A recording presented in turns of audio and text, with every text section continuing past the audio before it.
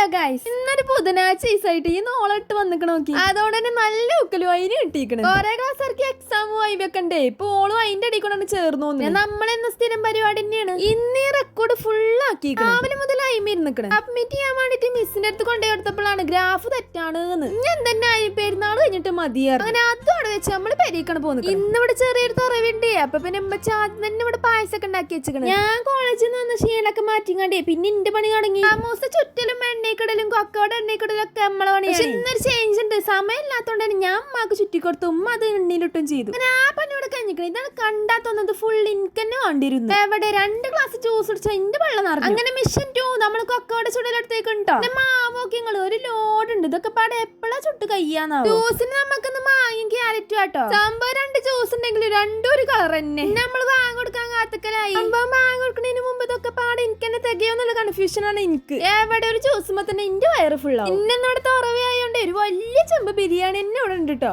അതുകൂടെ തിന്നപ്പോ പള്ളക്ക് റാഹത്തായിക്കണം. ഇനിയിപ്പോ പെൽച്ചൊക്കെ ഒന്നും കൂടി തിന്നണം, എന്നാലൊരു സമാധാനം ഉള്ളൂ.